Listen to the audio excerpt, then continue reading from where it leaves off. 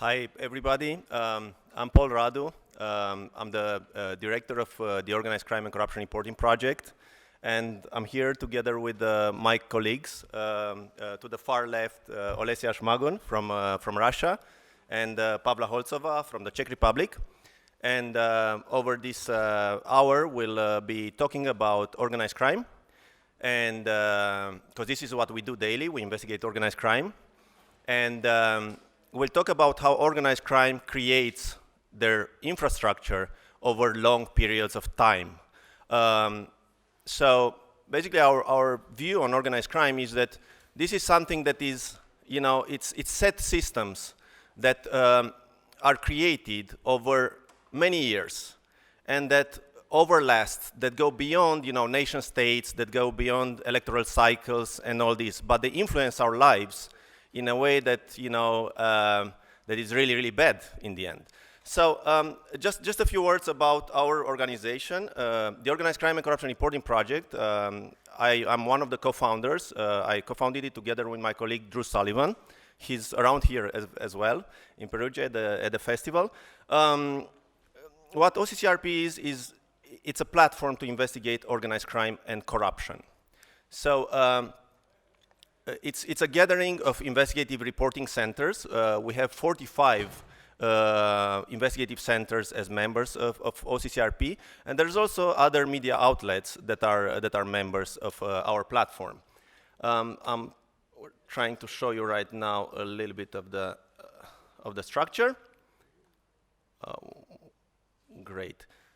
So you should be seeing it momentarily, I suppose.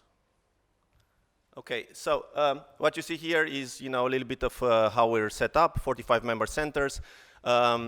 Because we're investigating organized crime and corruption, we need to have a lot of legal support because we're investigating very powerful people and people who have lots of wealth and means and access to lawyers, very powerful lawyers as well. So we have libel insurance, for instance, global libel insurance and other types of insurance that shelter us from harm, a little bit at least. We have a quite strong tech department where we're processing a lot of data and where we're creating tools to investigate organized crime and corruption.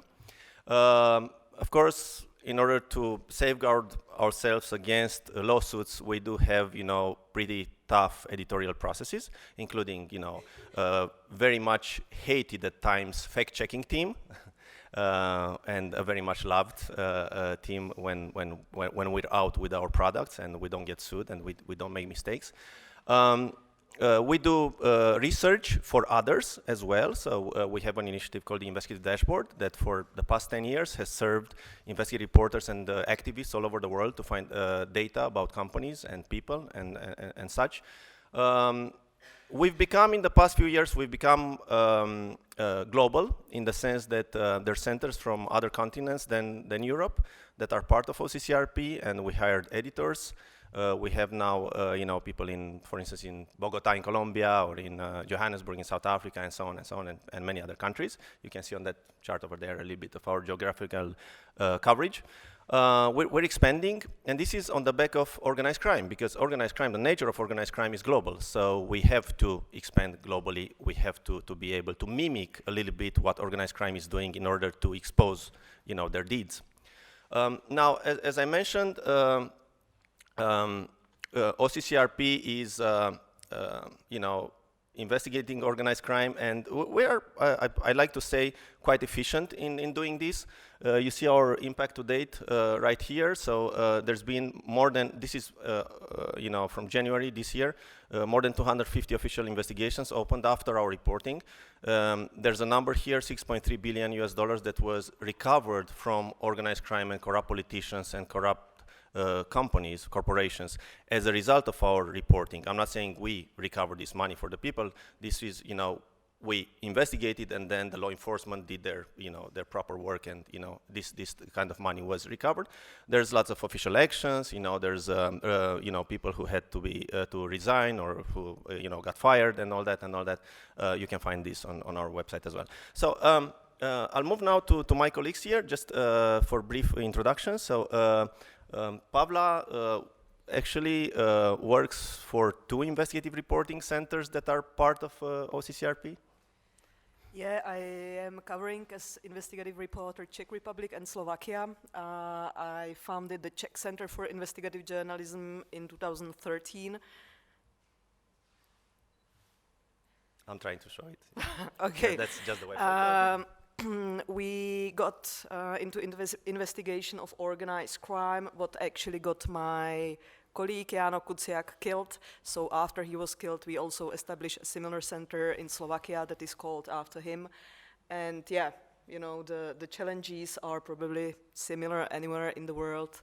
So we are going to talk later about what's the status of organized crime in Czechoslovakia, let's say. And Olesya Shmagun, she's our editor, and she's working with the Russian side of OCCRP mostly. Yeah, I work for Russian. I work on Russian stories. We don't have an independent center in Russia yet. It's quite hard to establish one because of legal and other threats. But we work together with major newspapers in Russia, and we publish our stories in Nova Gazeta mostly, sometimes in Meduza. So yeah, we are looking for local partner to make our stories sounds big in Russia. Thank you, guys. So I'll just introduce you through a little film to one of our latest investigations that is called Troika Laundromat. We started publishing it on the 4th of March. And you'll see what's the connection between this and organized crime after viewing this film. So let me...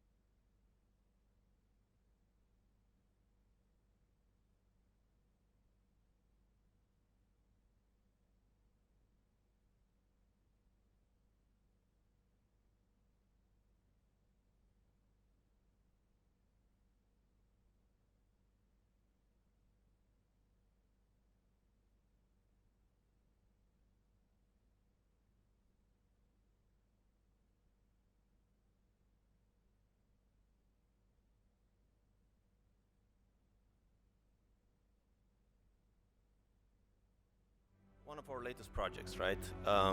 And it's an installment basically in a 11 years project, which is OCCRP.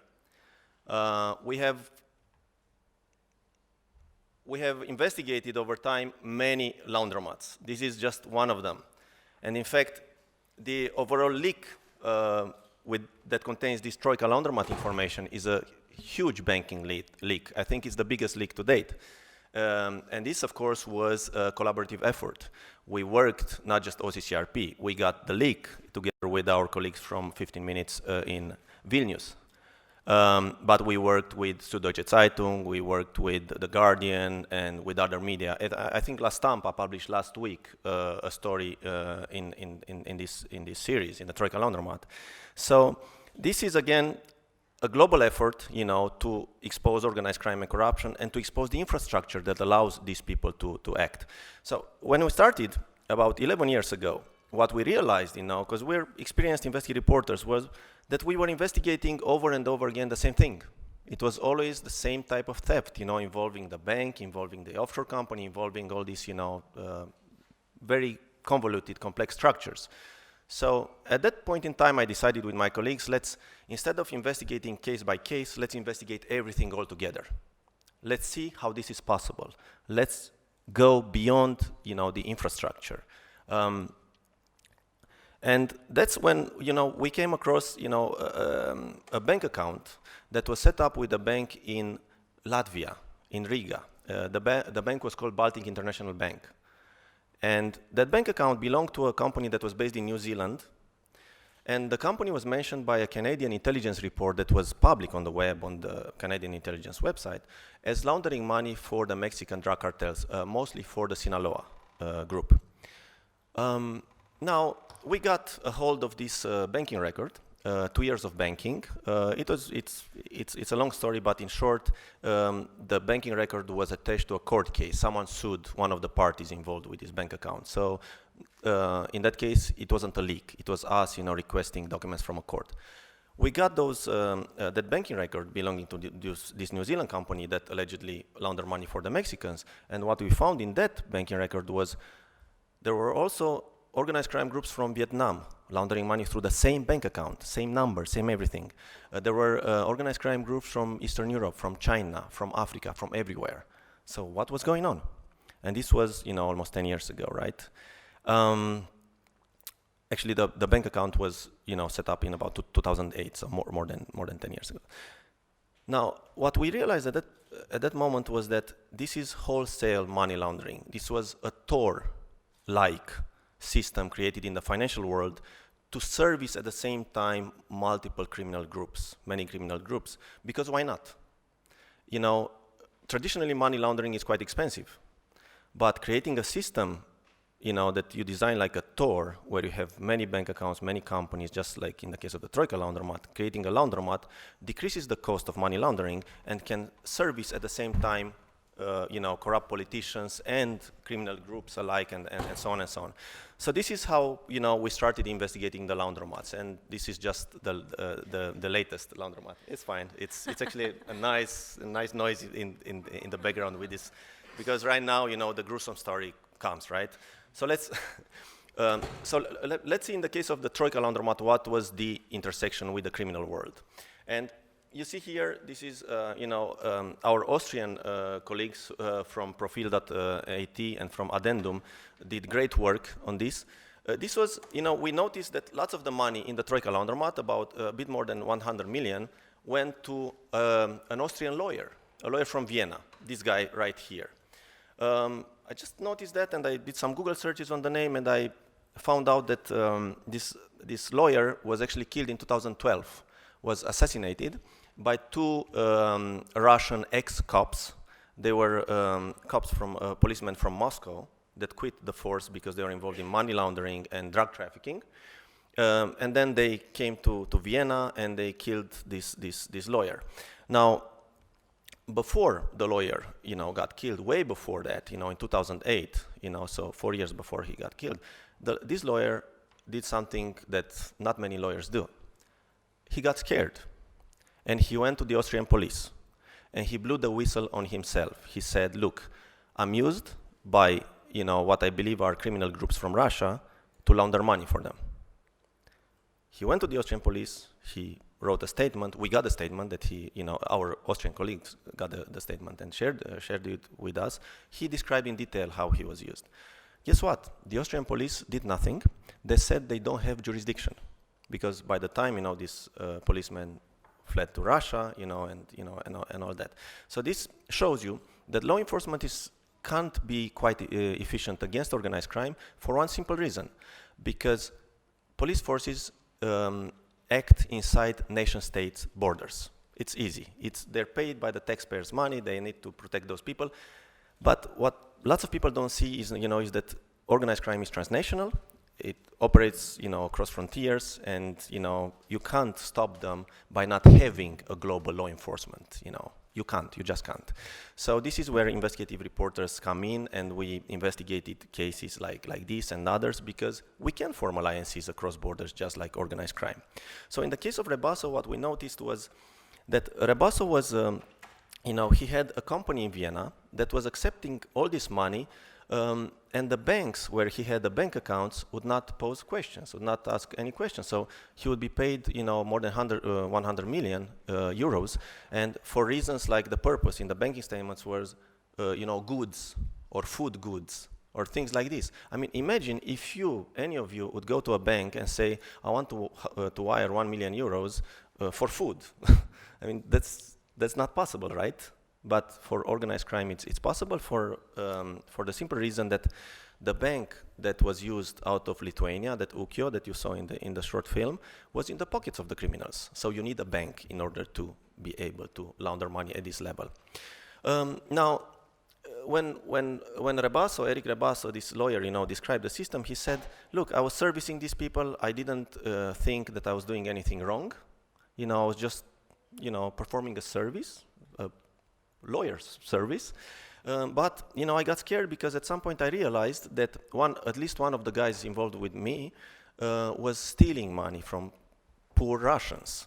He set up a forex, financial platform on the web, and he was promising big returns to people, like the usual scam, And then lots of Russians were writing to this lawyer saying, "We're gonna come for you because you took our money. You promised us returns and all that." He didn't, These guys that he worked for did, but used his name and all that. So, in the end, he got killed. This is an image of, the coffin that took him from the forest in the south of Austria, where he was left after being killed. But this is not all. I mean, this is just one case. A lawyer working for, organized crime and people involved in money laundering. But let's see other types of intersections between, Troika Laundromat and criminals. Olesya, would you?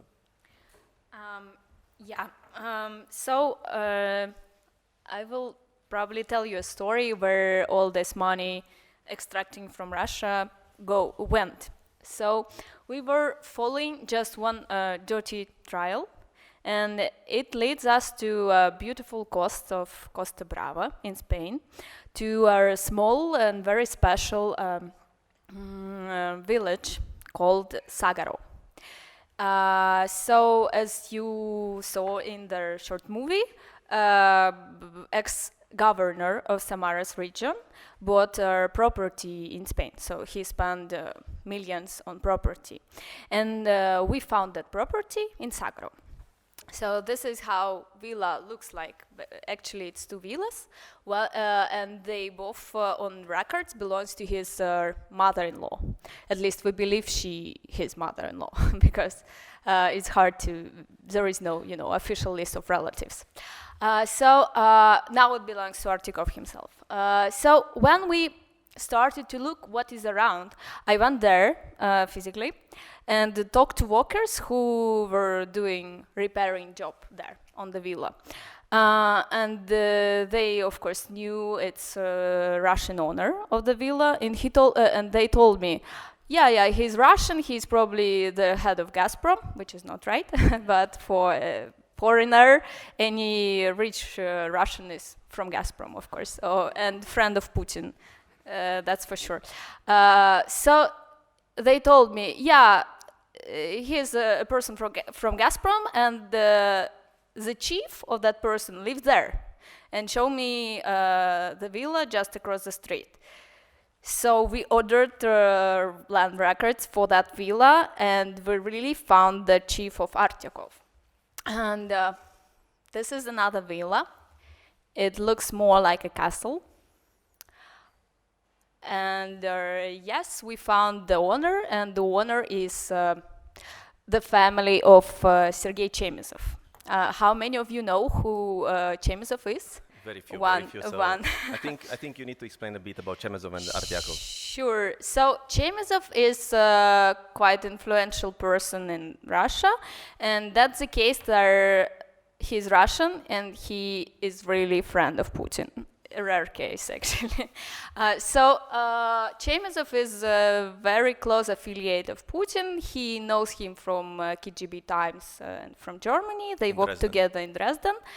And now he's really powerful man in Russia. He's the head of state-owned giant company Rostech, who is doing a lot of arms and selling it abroad.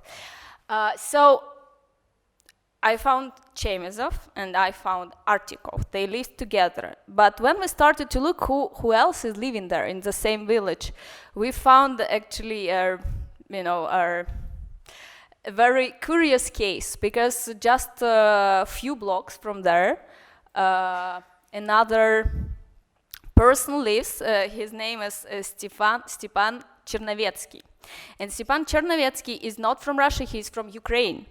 And he's the son of ex-mayor of Kiev, and he's now accused of money laundering for Ukrainian mafia. And curious is that Chernovetsky, in his turn, is under Russian sanctions because of Ukraine, the war in Ukraine. Chernovetsky is known as enemy of Russian state. And Chemezov, at the same time, is under US sanction as a person responsible for Ukraine war. So he's the enemy of Ukrainian state. And in the same time, they live together in the same place in Sagaro. And other Ukrainian politicians live there, and they even, selling their property to Russians. So while we have war in Ukraine, people responsible for it actually living together in the same place. And that was crazy how money trail from Troika Laundromat lead us to that place. And we found people not connected to Troika, to that particular laundromat, but we can assume that the source of their funds is not clear as well, because they are politicians and they, in the same time, accused of being money launderer, etc., etc. And actually, I know another case from Vienna. Our Austrian colleagues were following also another, money trail, and it leads them to a building in the center of Vienna. And they also found really small level politicians from Russia who can afford very luxurious flat there. And then they started to research who else is living there. The house was, again, full of crooks, politicians from Russia, from Ukraine. So that's really crazy. So I think this shows how the friendship of organized crime, right? They don't care about conflict and all. They really care about the money. We've seen this over and over again, investigating organized crime and corruption. We've seen when we were investigating what is going on in Kosovo, we saw that Serbian criminals are cooperating with Albanian criminals without any problem. It's just money making. This is all over the board. But this gives us, gives us a perspective on how organized crime operates. So what we're doing for the past few years is we're identifying patterns.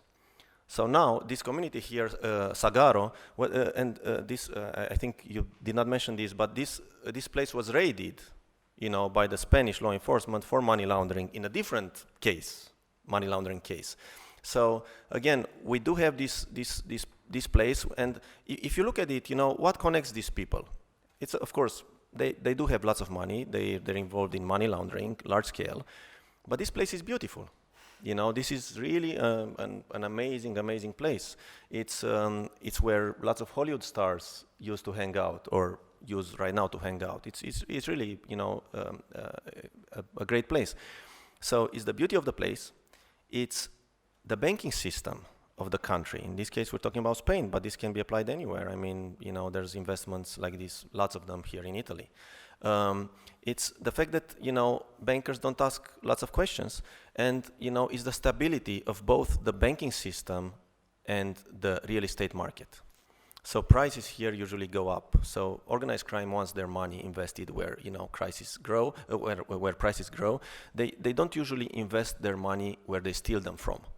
This is usually a given, you know, because the theft is bigger whenever you have, you know, times that are murky, you know, or in geographies where you don't have a lot of stability. It's just normal. So I mean, if you look at this particular spot, I'm pretty sure if you'd be to investigate similar places, like, you know, you go to Cannes, you go to, you know, the south of France, you go to all these places, if you'd be able to get all the property records from any of these places, that would be a gold mine for investigative reporters. And I tell you, the next boom in investigating organized crime and corruption is going to be property records. I would really advise you to focus on that, you know.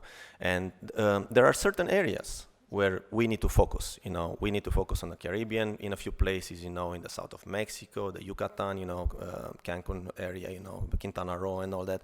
There's just a few places in the world where these people park their money. If we get those, you know, property records, if we put them online, that will change the world, you know, besides changing the banking system in its entirety. And I think Pavla can talk a bit more about the connection between the banking system and how organized crime creates longer-term infrastructure and uses this financial infrastructure in Czech Republic and Slovak. Yeah, I'm from Prague, so you can imagine Prague is also quite popular in parking the money in real estate assets. I'm going to make a smooth move from Russian organized crime to also the Italian or Albanian or Balkan organized crime, and talk about the case of Czech and Slovakia. It's slightly different. But first of all, we need to once again mention banks here. The Czech and Slovakia in terms of organized crime, it's kind of two boring countries, at least Slovakia used to be, it's not anymore. But still, the Czech banks and the Slovak banks were prominent in both big cases, like the OCCRP laundromats and in Panama Papers as well. For some reason, people from South America, from Dutch companies, and all, they had bank accounts in Czech and Slovak banks. Recently, those banks are also investigated, but I don't believe that's enough. You know, they probably should lose the banking licenses for not paying enough attention to due diligence, because, you know, the banks are supposed to be the ones who are stopping, who are the strongest tool to stop money laundering, and they are not doing so. And still the you know, Czech officials are saying, you know, the financial system in Czech Republic is quite healthy, we don't have any issues here, so we need to step in as a journalist. But moving from Russian organized crime, then invested heavily into real estate in Karlsbad, what is called the most western Russian city. It's at the west of Czech Republic, and it used to be completely Russian. The Russians are moving out because they are pushed away by Albanian organized crime. Albanians, they were, and Kosovo, citizens of Kosovo, they were very welcome in Czech Republic because of the war of independence, and with the regular people also the crime syndicates came. And still we are, you know, the experience of an average Czech citizen is we don't have any mafia here, so we are actually, as a journalist, facing the distrust that there is any mafia present in Czech Republic, even though Semyon Mogilevich at his time in the 90s, he was big there. But still, you know, no one believes there's Italian mafia, there's Albanian mafia, there are the really top people from Balkan mafia. In Slovakia, the situation is changing. with Jano Kuciak, who was my colleague, killed last year. We've been exposing the ties between Ndrangheta and the Prime Minister of Slovakia. After it, the Ndrangheta really came to the attention of Slovak people, and every day there is more and more exposure to the links between the Slovak government. We can almost say former Slovak government. The Prime Minister was forced to resign. He's not there anymore. Top people from the police were forced to resign. Then, the investigation really accelerated. We are still getting more and more documents from Italy showing that actually Antonina Vadala, who was the main person doing wholesale cocaine trade from Slovakia, that he was a good friend of the Prime Minister and his sexy assistant. So yeah, we really need to focus much more, and we need to actually face the distrust or lack of trust of the people, that we have mafias in our countries, and probably we should really join our forces, not only as a journalist, because that's the only way how to do it, but also with the activists probably, who should take the next step and take those people to prosecution, fill the lawsuits or criminal prosecutions, and finish the cases. Yeah, just to follow on Pavla's words, at the beginning of OCCRP, it was the early years, and I remember at one time I was talking to Tamas Bodoki. Tamas Bodoki is here in Perugia, he's giving some talks too. He's the head of Atlazo, which is one of the investigative reporting centers in Hungary. And he said, yeah, this is a very interesting initiative, OCCRP, and I want Atlazo to be part of it, and we'll investigate corruption in Hungary together with the others, because corruption is across borders. And I told Tamas, hey Tamas, but we need to investigate organized crime as well, because and he told me, there's no organized crime in Hungary. At that point in time, he told me that. Of course, if you ask him right now about what's going on, and because it's just normal for journalists, it's normal for law enforcement, for everybody. If you only see pieces of the puzzle, you don't get the whole picture sometimes, and it takes years, to train yourself into seeing how these people operate. And of course, you also make mistakes, and what we take into account at all times is that organized crime guys are very, very smart people, and sometimes we might not be a match for them, because they're just too smart. And they're much smarter than bankers lots of times. They're much smarter than, law enforcement officers that sit in an office all day long. While these people travel the world, they learn cultures, they learn, how the world operates, they learn how to use, systems, financial systems, and all that. And law enforcement doesn't. I mean, and again, how we learned this, it was the hard way. Because we talked to a lot of these criminals, and they looked at us, and they made fun of us, and that we only had very little knowledge about what was going on. We were, for instance, I was going from jail to jail to talk to traffickers in persons and traffickers, drug traffickers, to understand how they operate and what are they thinking and why are they doing this. And at all times, I was like, really, surprised to find out how much these people know compared to investigative reporters working on organized crime and corruption. We need to be really humble about that, because only in that way we can join forces, and we might see a bit of the picture. Some other people can see a bit more, but it's the only way to investigate this world. And this world goes beyond politics, beyond corruption in politics. You see, one of the laundromats that we investigated together a few years ago, in 2014 actually, we started investigating it, was called the Russian Laundromat. There was about 20+ billion US dollars laundered through one single bank in Chisinau, and then the money went to Latvia, and so on and so on. So, in that case, you look at it, that took place over a period of 5-6 years, nobody noticed it. I mean, and we're talking 20+ billion in a country where the GDP is less than 4 billion a year, I mean, there's something there that doesn't quite work, that doesn't quite fit, right? So I think we really need to focus a bit more, and we need to be really open-minded when it comes to organized crime. And, right now at OCCRP, some of the best sources we have are the criminals. Because once you understand this world, you also realize that there's not much harmony inside of it. There's harmony when it comes to money, to money making, but that also leads to a lot of conflict. So it's up to us how we use this conflict in the public interest, So lots of times criminals come to us and give us, information. Of course, we need to, be aware that criminals want to use us, Criminals and corrupt politicians want to use investigative reporters and reporters in general. So, but if that piece of information is in the public interest, if it fits into a larger puzzle, this is how we actually work. We take the leak, and we expand it. And this project, for instance, and it's why I'm quite optimistic when it comes to investigative reporting.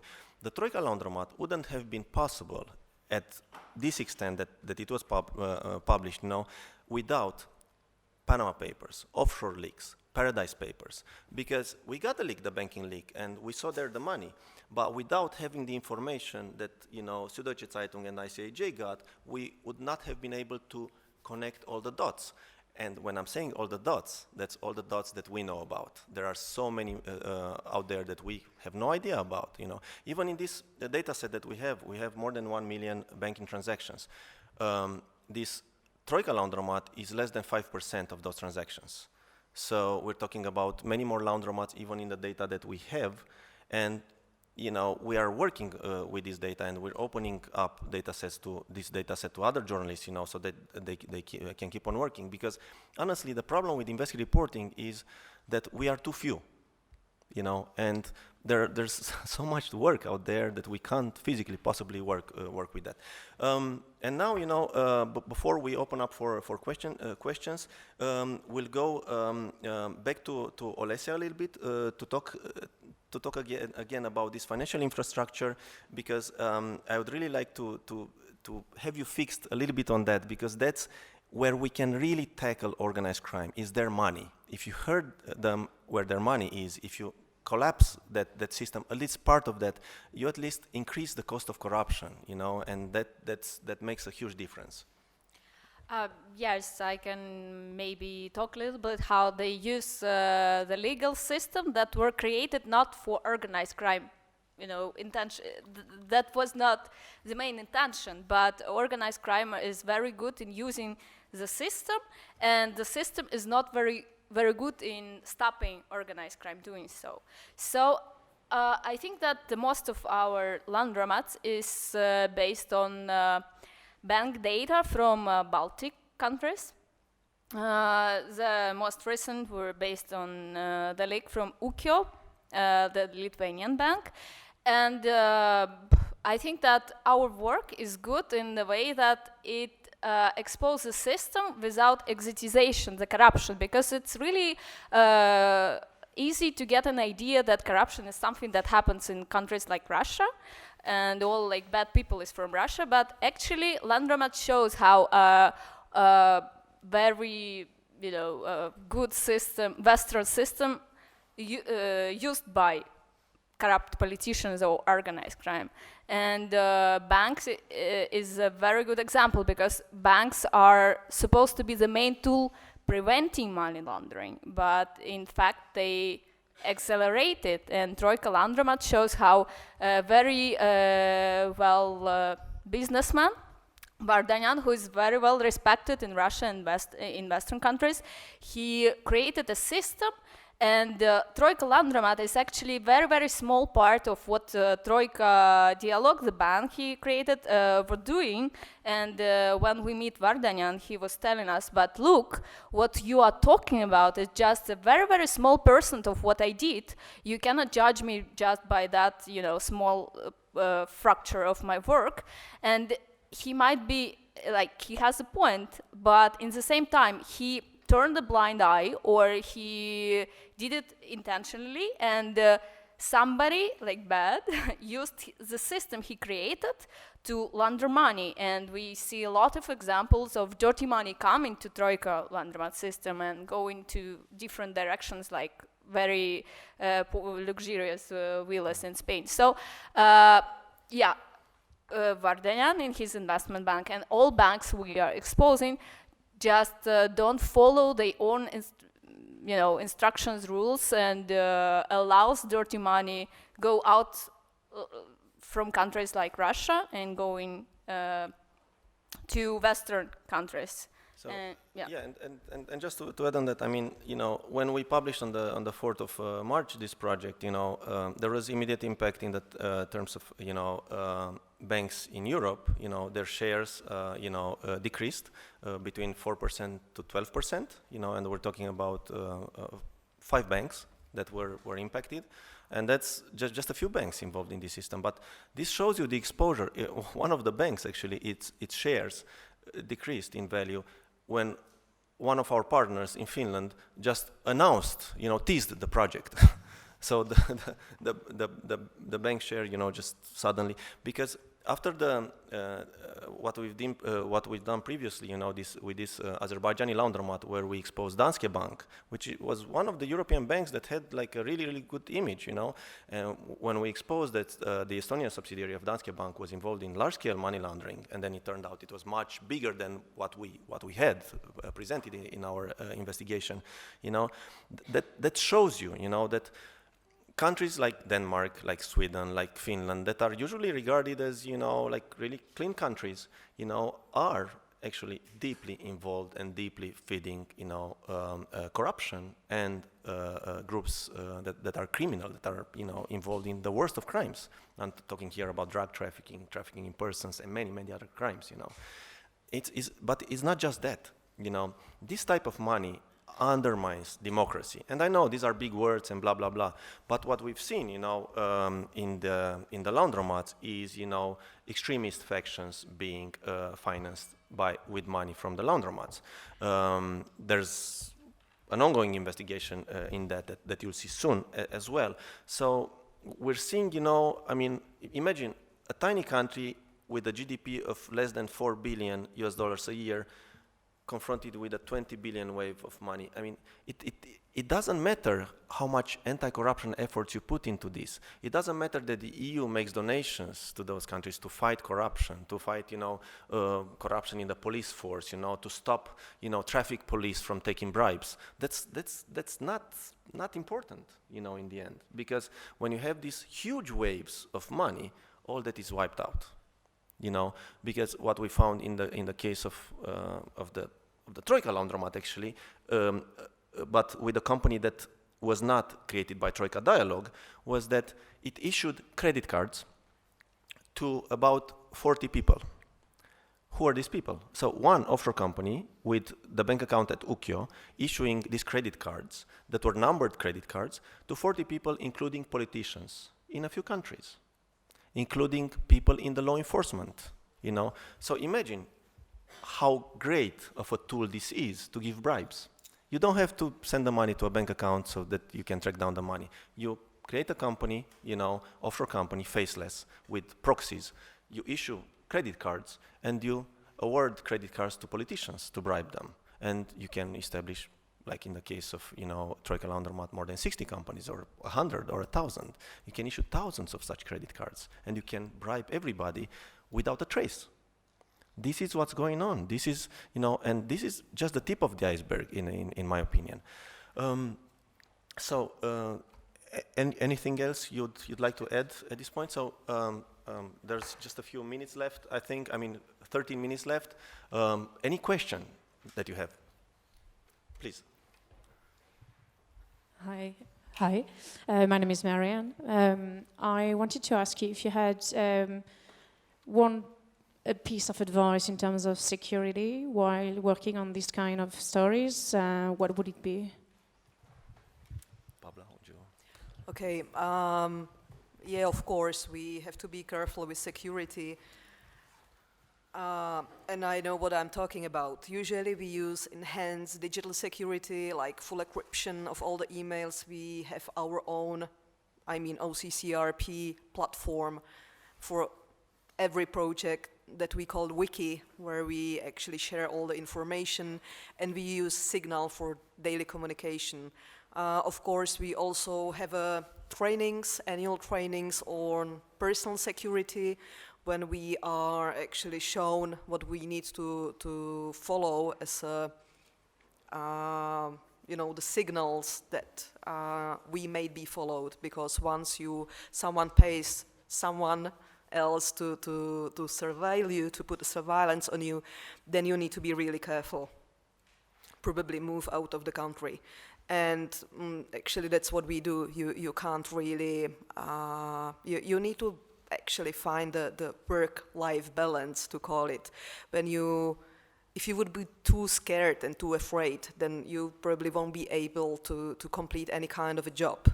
So we just follow these rules of digital and personal security, and then we hope for the best.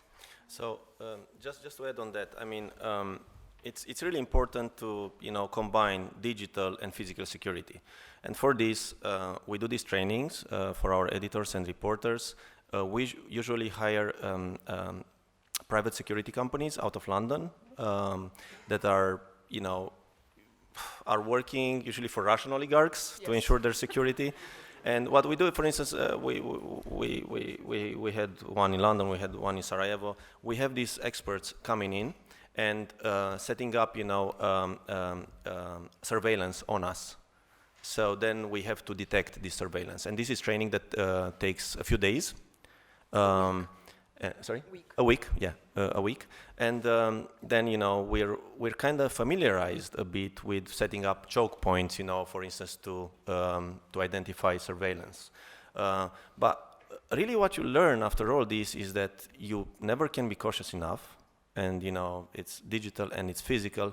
But we're also very much aware of the fact that we need a lot more to be more secure than we are right now. So this type of trainings increase awareness, and they're important in the sense that all the journalists that I know got killed after they've been under surveillance for a while.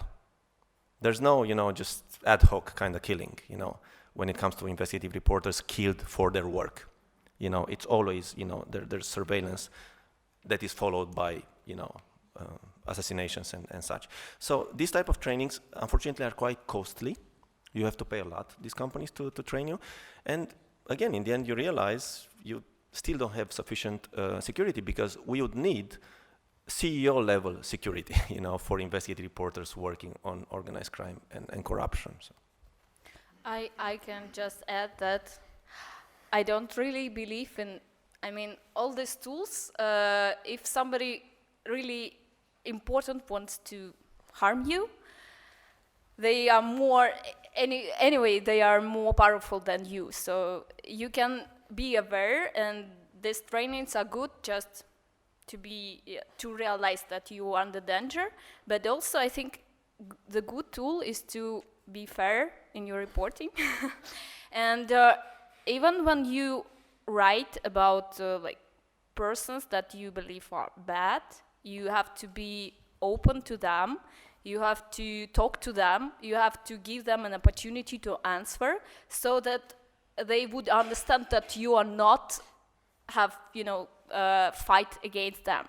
You are fighting not people but bad things that they are doing, and that you are also, the journalists are also just a tool, right? So it's not me, it's just, if not me, somebody else would come and do my job. So I don't know, that make me feel a little bit more safer. So on that, just to add, whenever, Olesya goes to interview someone who's dangerous, what Olesya says, is that, look, I'm working for OCCRP, this is a network of investigative reporters, and I was either asked by my editors to come interview you with this, and that is for one simple reason. People need to know, that the information that they're confronted with sits with other people in the network. And that diffuses a little bit the threat, because really the threat, to these people is the information, is not the reporter himself or herself, So working in a network, contributes to the overall security. We do have a question from back there, with the gentleman there. Sorry, and then. I'm Peter Jepsen from Germany. You talked about ways of protecting yourself, but how do you deal with the danger of threats personally? Do you have sleepless nights when you're in the middle of heavy investigations? We do. A lot, yes. I don't. No, really. Not yet, at least. Let's hope that She's brave. Yeah, it's I do, and The main thing is, especially when you're an editor and a coordinator of this project, you fear for the life of the other reporters. You fear for your life as well, you know.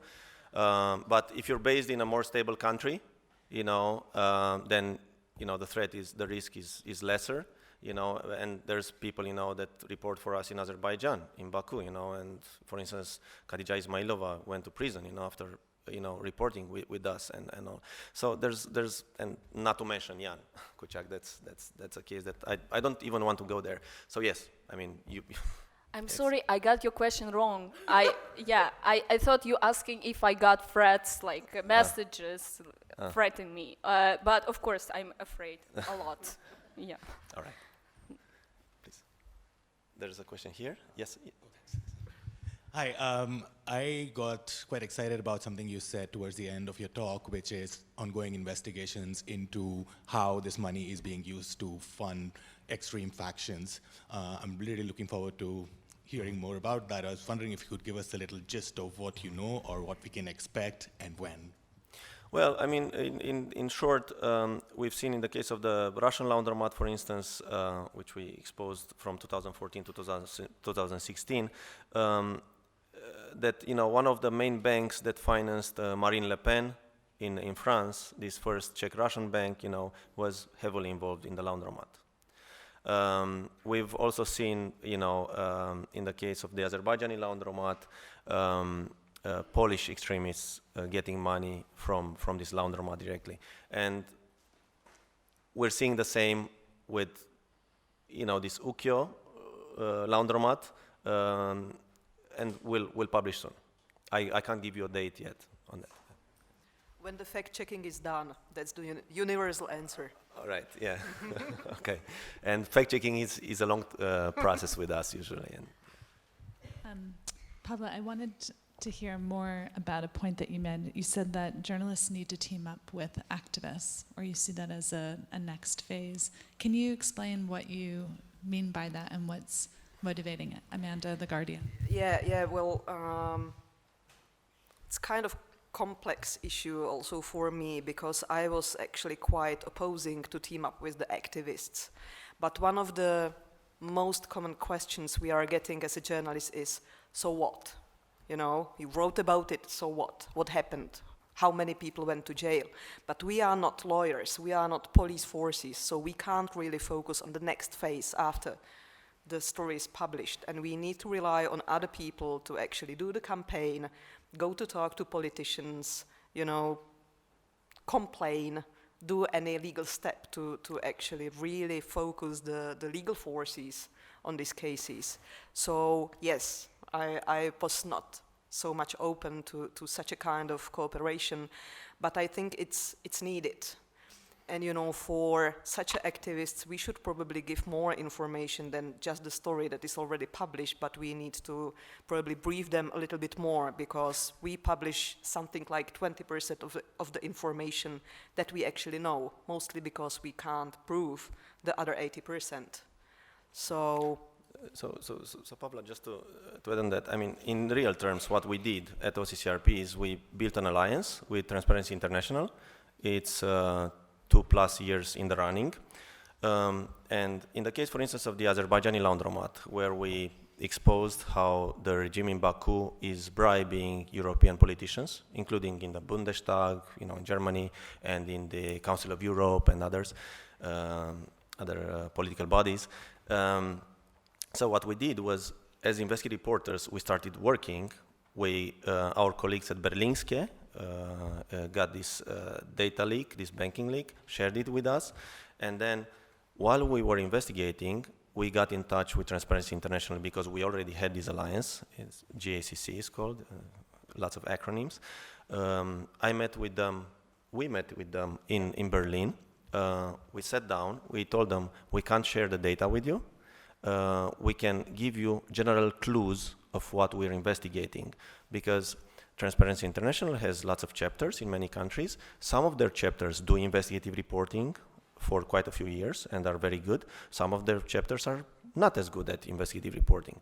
But what we did was we gave them the direction. Look, we're investigating this money that corrupted politicians in the EU and in the Council of Europe. And so that by September 2017, when we published the project, the meeting happened in July, in Berlin. By September, they had prepared their advocacy. So they had hints about where we're going with all this. And when we published in September, they sent out letters to the Council of Europe, to banks. They, activated their lawyers to sue certain entities, based on what we published. But having time to prepare, made a much bigger impact with the whole project. So this being said, we don't have a formula like when to actually share with activists, what kind of information you can share. It's all on case-by-case basis. It's very tricky because, of course, we're all for, keeping a fine line between, investigative reporting and, activism. But how I'm seeing it is we're running on the same highway except on different lanes, but our interest is common. So that's where we need, to speed up a little bit. And we're also training we're training activists. We've done quite a few trainings with activists, training them into how to follow the money. Because the problem with many activists, especially in Eastern Europe, is they go out in the street and they say, down with the government, and blah, blah, blah, and blah, blah. But they don't really know the issues that they're claiming that they're opposing. So we've seen many times, for instance, these guys opposing a mining project, and they were invited to a TV show with representatives of the mining company, a big corporation. The big corporations came prepared with PowerPoints, with everything, slides. They trashed the activists who only had the goodwill, and that's not enough. So that's where I think we need to change a bit the way we do work. And one more thing before we break. You have until this Sunday, 7th of April, to apply for the Data Journalism Awards. I'm a jury member, so this is a disclaimer to that.